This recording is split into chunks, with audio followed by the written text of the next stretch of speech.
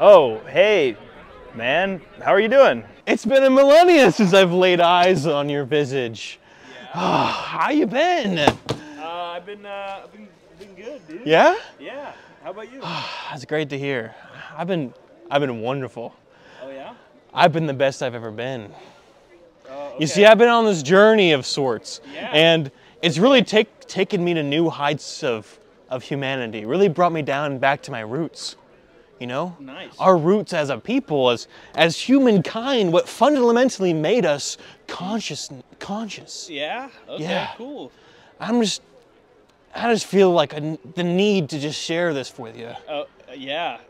Just the sheer like enlightenment I've achieved. Wow. It's just. Have you seen that episode of Joe Rogan where yeah, he's talking about the monkeys and he's like how they used to try DMT. yeah exactly see, you've seen it. I knew you did. I knew you did. Well, I'm a kind of a low-key Joe Rogan fan. You know, I don't really follow all of his stuff. But Oh, Joe Roger? yeah. I don't know if I call myself a roger, but Anyways. Well, the monkeys, they used to take DMT, right? Culturally, linguistically, like just in every sense of the fashion of the word of just how we are ourselves can just be attributed down to, well, the roots of the fungus, man. The fungus, it's in the fungus. Oh, my favorite strand, and if you haven't tried it already, Poison Drive Me? Poison Drive Me?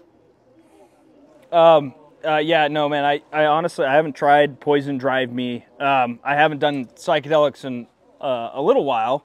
It's been a minute. I experimented with it for a little bit, but yeah. I just gotta say, man, I'm just disappointed. I mean, the pure benefits you get from this miracle, that miracle that nature has intended for us. Like, I'm just like. The progress like you can make, that you can maintain by daily dosages, and just by maintaining the herb, by getting opening your doses over time. You're inside all of this is an artist, and it's our duty. It is our prerogative to use what we can to unleash our vision onto the world. Is to be poison. Drive me. It is disingenuous and. Poison Drive Me. Have you tried albino penis envy? Whoa. I don't know about you, but I've certainly been in some similar situations before. And I know in this class that everybody's kind of in that stage of becoming an adult and figuring it out. Eventually, you may find yourself in similar positions among your social groups or not. But either way, it's going to be important for today's discussion. In recent years, psychedelics like psilocybin and LSD have seen a resurgence, often promoted as tools for mind expansion and spiritual enlightenment.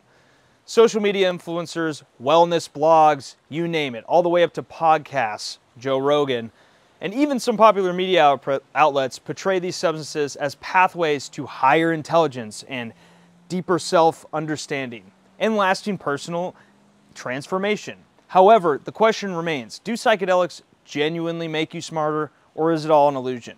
Today, I'm here to share why we need to be cautious about accepting these claims at face value and why psychedelics can actually be more harmful to your brain than helpful. We are going to be going over 3 main points: debunking the myth of cognitive enhancement, neurological risks of psychedelics, and why caution and responsibility matter when putting foreign substances into your body.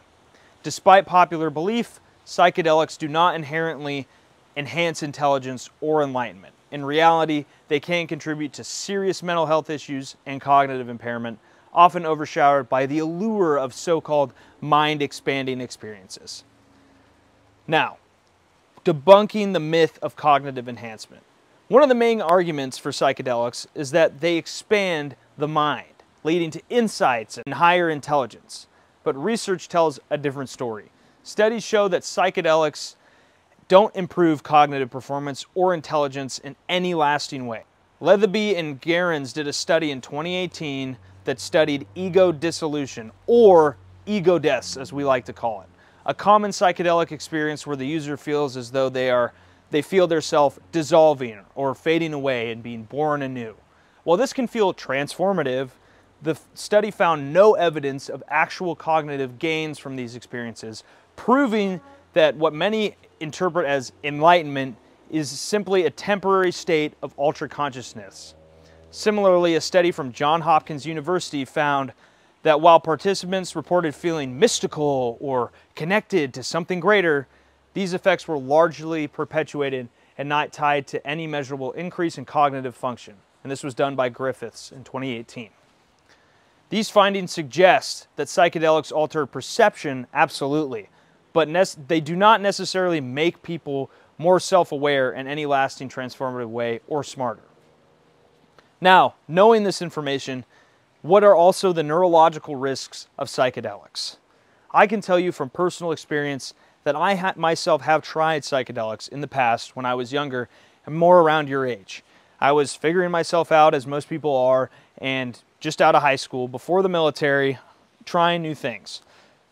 And I took psychedelics, and it definitely felt, while in the moment, while I was on my trip, that, oh, I'm seeing things from a different perspective, and maybe I'm gaining knowledge. But the reality is the next day, I would wake up and realize, man, I don't feel any different, and nothing much has changed. And with those repeated times taking psychedelics, I realized that, hey, my anxiety is growing while I'm having these bad trips, and I'm feeling much more anxious. And this brings us back to the neurological problems. Aside from the myths, there are real risks associated with taking psychedelics. A significant study in neuropharmacology by Carhart and Harris in 2020 explains that psychedelics disrupt serotonin receptors in the brain, leading to unpredictable changes in mood and cognition. These changes can lead to negative side effects such as increased anxiety, like me, mood instability, and even prolonged depression for some users. While the short-term experience may feel freeing, these substances can create significant long-term effects that may outweigh any temporary euphoria or any good done to your brain. Moreover, individuals with predisposition to mental health conditions are especially vulnerable to these type of situations with psychedelics. A study published in JAMA Psychiatry found that psychedelics can trigger psychotic episodes in people with an underlying vulnerability or mental health illness, leading to a heightened risk of developing chronic mental health illnesses. This is critical information that should be shared with individuals considering psychedelics without fully understanding the potential consequences. I'm going to show you real quick on what psychedelics are like and what your brain is like and what introducing them to your body is going to do.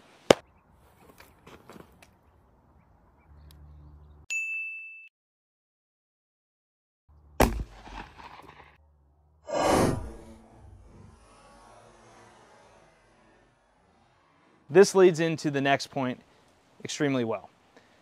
Why caution and responsibility matters when putting foreign substances into your body. It's essential to stress the importance of approaching psychedelics responsibly, if at all, if you don't feel comfortable. Study by Rife in 2020 in the American Journal of Psychiatry indicates that psychedelics carry a significant risk for lasting psychological side effects. Persistent mood disorders, anxiety once again, and even depersonalization, where you feel disconnected from yourself and never fully feel the same, for some people even the rest of their life. This can result from frequent high dosage usage of psychedelics or even minor uses over time. Psychedelics are not shortcuts to self-improvement and enlightening your brain, and assuming they are safe without rigorous caution can lead to harm rather than benefit. If someone is genuinely interested in exploring psychedelics, it's crucial to do so with awareness of both mental health history and medical professionals' guidance, as well as truly understanding yourself if you are ready to try out something like this. In conclusion, while psychedelics may seem like promising shortcuts to self-understanding and higher intelligence, the evidence tells a cautionary tale. They do not inherently make people smarter or enlightened. Rather, they pose significant risks to mental health and cognitive function. Today, I hope you walk away with a better understanding of the importance of approaching psychedelics responsibly and fully understanding what you're putting your body through before trying out something just because one of your buddies told you to. As we move forward, I urge everyone to research psychedelics objectively. Think critically about popular claims and always prioritize your own mental health and your own body's safety over the allure of a fun dopamine hit or enlightenment. We should seek growth in ways that support our well-being and our body, and not through substances that promise us something more than they deliver. If anything, if you really want to be enlightened or experience something different, just go on a run, go to the gym, take a nap, read a book, try something that is known to actually help your mental health and not something that still doesn't have enough research yet. I thank you all for your time and have a nice day.